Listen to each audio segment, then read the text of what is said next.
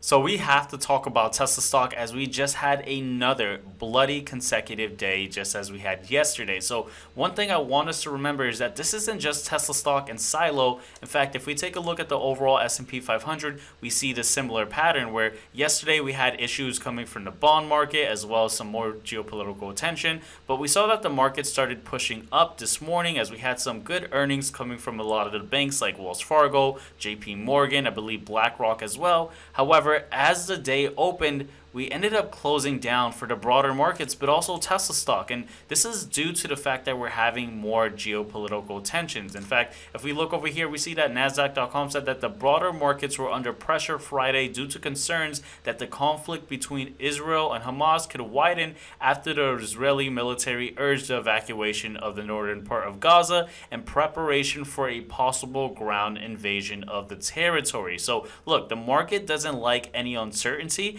and as this conflict is new and is kind of evolving, there's going to be a lot of sensitivity taking place. And this kind of reminds me back of when the conflict between Russia and Ukraine actually started. If anyone remembers how the market reacted in the beginning, there was a lot of sensitivity to the conflict evolving, but as it ended up prolonging and still honestly going, there's less sensitivity. But this conflict is new, but something else that we want to understand is that we have a lot going on just in geopolitical tensions. In fact, we see over here that Ray Dalio, one of the most top successful fund managers out there, says that now there's a 50% chance of a world war as the Israel-Hamas conflict threatens to spread. Now, some people may say, okay, well, who is Ray Dalio? Or maybe he's just spreading FUD, or maybe he's exaggerating, right? But I want you to look at this. So now, a couple of days ago, I shared with you guys this piece over here where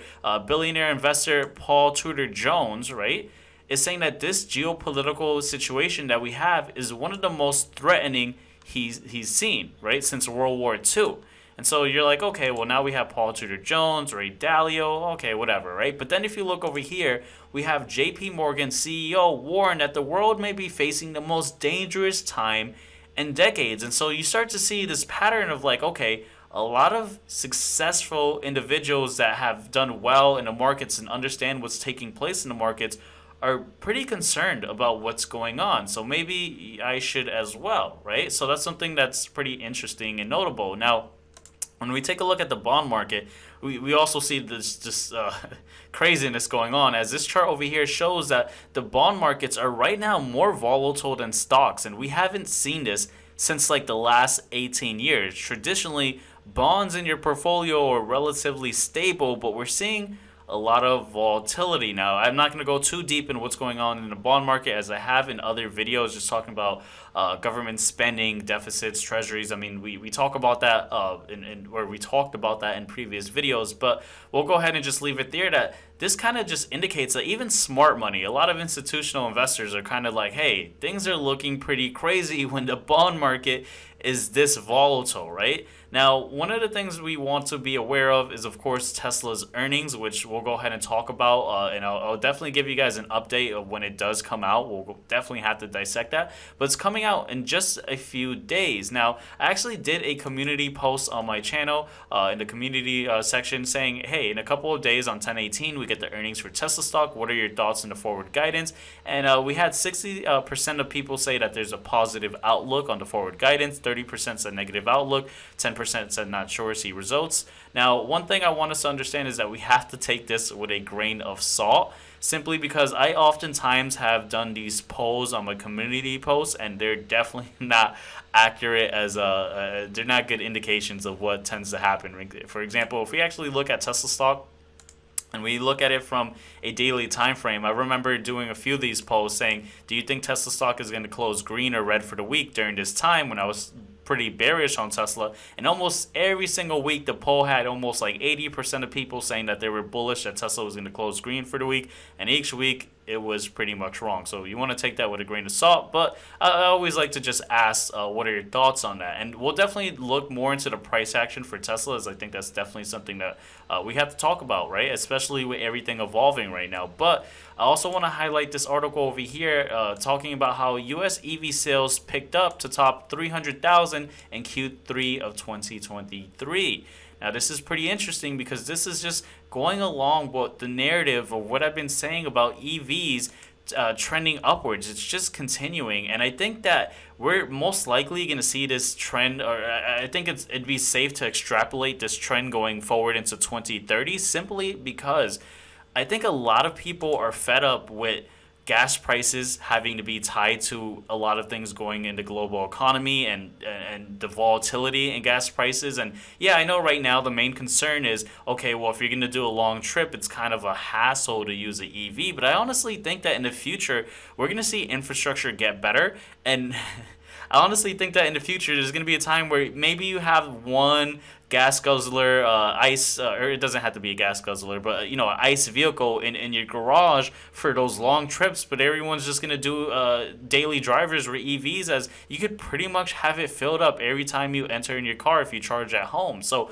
this is definitely good news for Tesla long term. But of course, this has no weight for right now. This has no weight on what's going on in the markets right now. Of course, if you're a long-term investor, then you have to look at trends like this, but definitely not something that matters right now. Now, something I want us to take a look at is we're seeing the Treasury, 10-year Treasury kind of dip downwards. This is actually something I've told the Push and Profit Private Group, how I expect these to actually start coming down once again. Yesterday, we did see this spike up after the issue going on with the bond markets, where we had some new Treasuries rolling out, and there just wasn't any bids on them. But we're seeing the Treasuries kind of cool off. But even despite this cooling off, you would naturally see the markets push upwards, but this is not taking place, as what's really superseding this data point is obviously the concern with geopolitical tensions. Right now, one of the things I've also told the Push and Profit Private Group recently is I've been very bullish on gold. In fact, let's pull up GDX, which is just like a gold miner,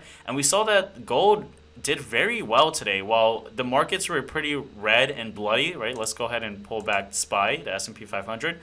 Gold did very well. Why? Well, one of the things you have to understand is that when there's geopolitical tensions, gold is often or historically seen as a safe haven, right? And so that's why if you actually zoom out, gold has been pushing upwards this entire time.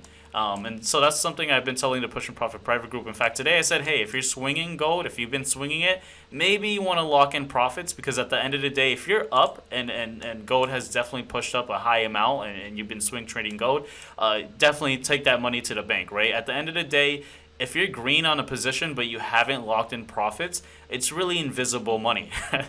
At the end of the day, it's not real until you actually sell off. So I'm not saying that I'm not bullish on gold still. I still am bullish on gold. But I think now is a good time to lock in profits. And if you want to re-enter, then definitely, right? But let's go ahead and actually pan over to Tesla. And we're going to take a look at Tesla from a technical perspective. And just talk about a couple of things. Now, one of the things I've been saying is that October has been Uptober, right? That's what I've been calling it. And that's actually exactly what we started seeing. If you actually look, October has been pretty much an Uptober pushing up this until the last few days where geopolitical tensions took place. And of course, I have no control on that, right? And Tesla can't really do anything about that. We could have the greatest news for Tesla, but when things are not looking good for the overall markets, well, Tesla unfortunately is going to fall down. Now, where are we at when we're looking at Tesla right now? Well, Tesla has fallen down again to this area where there's a lot of volume relative to price. Now, this means that there's a lot of exchanging between buyers and sellers at this level, and that could cause areas of support, resistances, and consolidation, which is why last time we were around this area, we saw Tesla go up, down, up, down, up, down. And so we had that catalyst event that pushed Tesla upwards, and then we ended up kind of getting rejected by this descending trend line. Tesla kind of started going upwards, and I was saying, hey, we could possibly see Tesla to 275 before the earnings.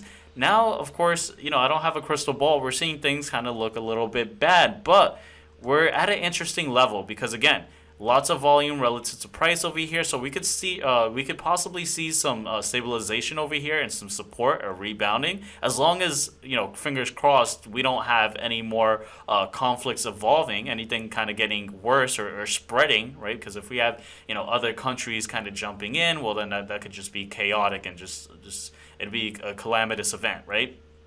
So right here in a major area, we want to pay attention to Tesla as we just have a few more days for the earnings. And of course, the fundamentals are going to be what ends up driving the move for Tesla. Now, if we look at a 5-minute view, yeah, we saw Tesla pretty much fall down. Looks like it's pushing up in the after hours, so we'll definitely have to keep an update on that. But right now is just a moment where when there's a lot of geopolitical tensions, you may just want to sit out if you're a day trader, just because things could get crazy. And if you're an investor, I wouldn't worry about this, right? I would not worry about what's going on at all, because if you're a long-term investor, then as it's implied, you're looking at Tesla for the long term. And even if we have a bad quarter three or third quarter earnings, we're going to want to pay attention to the forward guidance and see how things are looking. I expect that things are going to get, I talked about October being a temporary relief for the markets. We did see that until the last couple of days, but I think that, again, it's temporary. It's a temporary relief. And as we continue going into 2024, that's where I see more pain for the economy. But the second half, right, or going into the third quarter of 2024, that's when I start to believe that, the pain is absolutely over. Again, I don't have a crystal ball, but that's where we're already expected. If we take a look at like the dot plot that was mentioned in the summary of economic projections from the Federal Reserve that was recently released, we know that they're anticipating to actually start cutting. And historically, when we see monetary policy ease up, well, we see markets push up as it's kind of like a risk-on environment, right? Being in equities is much more favorable when you have low interest rates, because it's much more easier to take on debt and actually grow your business by taking on debt and actually taking those chances and again just growing. But when it's very difficult to even finance debt, right, it's very difficult to get credit and it's expensive. Not good for stocks, good for treasuries, right? So we'll end up having to see. Of course, I'll keep you guys updated. And again, let me know in the comment section below, what are your thoughts on Tesla for the earnings report? What are your thoughts on the actual earning numbers and also the forward guidance? Again, the YouTube community poll that I did suggests that many of you guys believe that the outlook is going to look good. And one of the things I'm hoping for is maybe I'm crossing my fingers that we get an update on the Cybertruck. I think it'd be crazy if Elon Musk, and I believe it's going to be Elon Musk speaking, because we recently had the CFO resign, so we have a new CFO. So I believe Elon Musk will be on this call. But regardless, whoever speaks, if they don't mention anything about the Cybertruck, that's not going to be a good look for Tesla. If we don't hear any improvements on FSD or anything like that, not a good look for Tesla. And if we don't hear any updates on the Optimus, I think it's called the Optimus humanoid robot, whatever it's called, if that if that doesn't have any good updates, then that's going to be pretty disappointing for a lot of investors, especially how last time we had the earnings, it was very disappointing to hear that. I think they built like 3 robots and it's difficult to get the materials. And that's, we've heard Elon Musk say that the humanoid robots, yeah, we can't put a valuator on it now, but that could potentially make Tesla one of the most valuable companies in the world. But sometimes it almost seems like Elon Musk just kind of says things that are very optimistic to kind of push the stock upwards. But we'll have to see if he holds on to his promise on that, right? So definitely we're going to want to see an update or more development with those robots and see what's going on. But you guys let me know in the comment section below, what are your thoughts as always. And before you guys go, make sure to watch this next video right over here. And I'll see you guys on that next video. Take care, guys.